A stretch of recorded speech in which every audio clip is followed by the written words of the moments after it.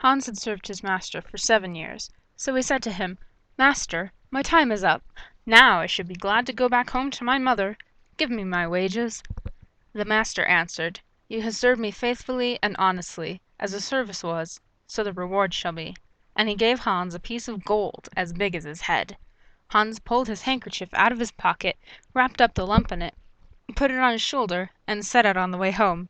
As he went on, always putting one foot before the other, he saw a horseman trotting quickly and merrily by on a lively horse.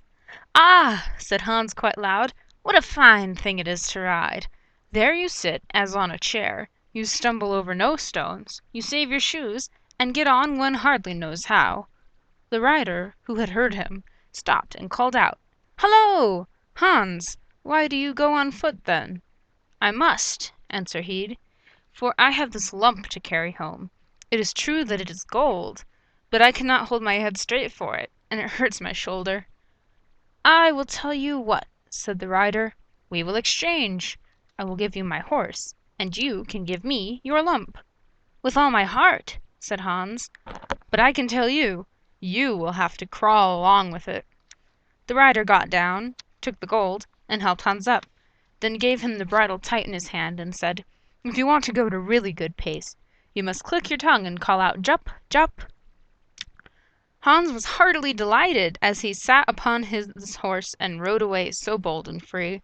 After a little while he thought that it ought to go faster, and he began to click his tongue and call out, "Jup, Jup."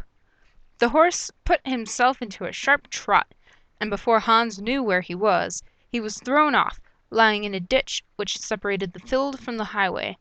The horse would have gone off too had it not been for a countryman who was coming along the road and driving a cow before him.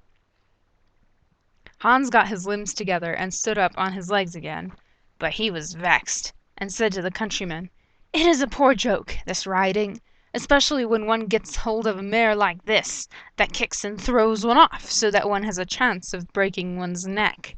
Never again will I mount it.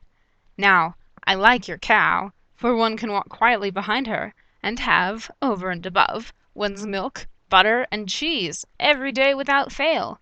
What I would not give to have such a cow."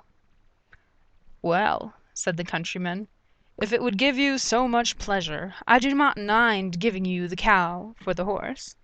Hans agreed with the greatest delight. The countryman jumped upon the horse and rode quickly away.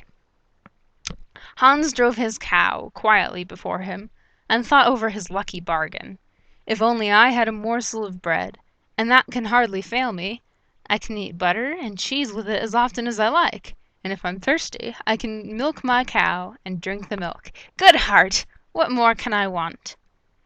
When he came to an inn he made a halt, and in his great content ate up what he had with him, his dinner and supper, and all he had, and with his last few farthings had a glass of beer. Then he drove his cow onwards along the road to his mother's village. As it drew nearer midday the heat was more oppressive, and Hans found himself upon a moor, which it took about an hour or so to cross. He felt it was very hot, and his tongue stuck to the roof of his mouth with thirst. "I can find a cure for this," thought Hans. "I will milk my cow now, and refresh myself with the milk." He tied her to a withered tree, and as he had no pail he put his leather cap underneath, but try as he would, not a drop of milk came, and he set himself to work in a clumsy way. The impatient beast gave at him such a blow on his head with its hind foot that he fell to the ground, and for a long time could not think of where he was. By good fortune, a butcher just then came along the road with a wheelbarrow in which was laying a young pig. "What sort of trick is this?" cried he, and helped the good Hans up. Hans told him what had happened. The butcher gave him a flask, and said, "Take a drink, and refresh yourself. This cow will certainly give you no milk. It's an old beast, and at best it is only fit for the plough, or for the butcher." "Well, well," thought Hans, as he stroked his own hair on his head. "Who would have thought it? Certainly it is a fine thing when one can kill a beast like that at home. What meat one has! But I do not care much for beef. It is not juicy enough for me. A young pig like that now, that is a thing to have. It tastes quite different. And then there are the sausages. "Listen, Hans," said the butcher. "Out of love for you I will exchange, and I will let you have the pig for the cow." "Heaven repay you for your kindness," said Hans. The pig was unbound from the barrow, and the cord by which it was tied was put into his hand. Hans went on, and thought to himself how everything was going just as he would wish. If he did meet with any vexation, it was immediately set right. Presently joined him a lad who was carrying a fine white goose under his arm. They said good morning to each other, and Hans began to tell him of his good luck, and how he had always made such good bargains. The boy told him that he was taking the goose to the Christmas feast. "Just lift her," added he, and laid hold of her by the wings. "How heavy she is! She has been fattened up for the last 8 weeks. Whoever has a bit of her when she is roasted will have to wipe the fat from both sides of his mouth." "Yes," said Hans, as he weighed her in one hand, "she is a good weight, but my pig is no bad one." Meanwhile the lad looked suspiciously from one side to the other, and shook his head. "Look here," he said at length, "it may not be all right with your pig. In the village through which I passed, the mayor himself has just had one stolen out of its sty. I fear that you have got hold of it there. They have sent out some people, and it would be a bad business if they caught you with that pig. At the very least, you would be shut up in a dark hole." This had Hans good and terrified. "Goodness!" he said, "help me out of this fix. You know more about this place than I do. Take my pig and leave me your goose."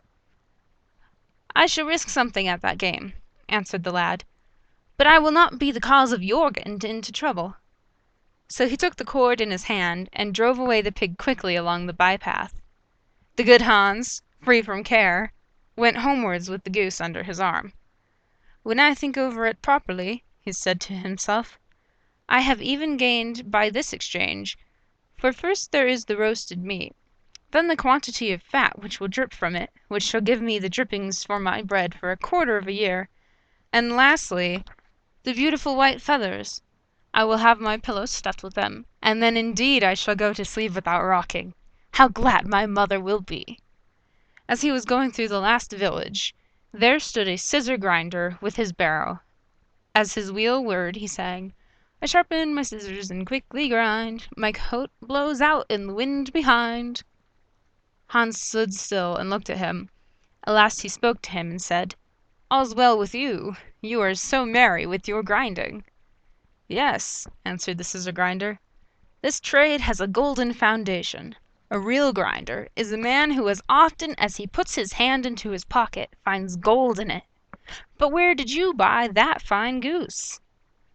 "I did not buy it, but exchanged my pig for it." "And the pig?" "Well, I got that for a cow." "And the cow?" "I took that instead of a horse." "And the horse?" "For that I gave a lump of gold as big as my head." "And the gold?" "Well, that was my wages for 7 years' service." "Well, you have known how to look after yourself each time," said the grinder. "If you can only get so far as to hear money jingle in your pocket whenever you stand up, you will have made your fortune." "How shall I manage that?" said Hans. "You must be a grinder, as I am. Nothing particular is wanted for it but a grindstone. The rest finds itself. I have one here. It is certainly a little worn, but you need not give me anything for it but your goose. Will you do it?" "How can you ask?" answered Hans. "I shall be the luckiest fellow on earth. If I have money whenever I put my hand into my pocket, what need I trouble about any longer?" And he handed him the goose, and received the grindstone in exchange. "Now," said the grinder, as he took up an ordinary heavy stone that lay by him, "here is a stone for you into the bargain. You can hammer well upon it, and straighten your old nails. Take it with you, and keep it carefully." Hans loaded himself with the stones, and went on with a contented heart. His eyes shone with joy. "I must have been born under a lucky star," he cried. "Everything I want happens to me, just as if I were Sunday's child." Meanwhile, as he had been on his legs since daybreak, he had begun to feel tired. Hunger also tormented him, for in its joy at the bargain by which he got the cow, he had eaten up all of his food stores at once. At last he could only go on with great trouble. and was forced to stop every minute. The stones, too, weighed him down dreadfully. Then he could not help thinking how nice it would be if he did not have to carry them just then. He crept like a snail into a well in a field, and there he thought that he would rest and refresh himself with a cool drink of water.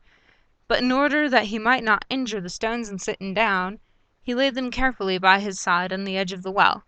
He then sat down on it, and was to stoop and drink, when he made a slip, pushed against the stones, and both of them fell into the water. When Hans saw them with his own eyes sinking to the bottom, he jumped for joy, and then knelt down, and with tears in his eyes thanked God for having shown him this favor also, from those heavy stones which had only things that troubled him. "There is no man under the sun so fortunate as I," he cried out. With a light heart, and freed from every burden now, he ran until he was with his mother at home. The end.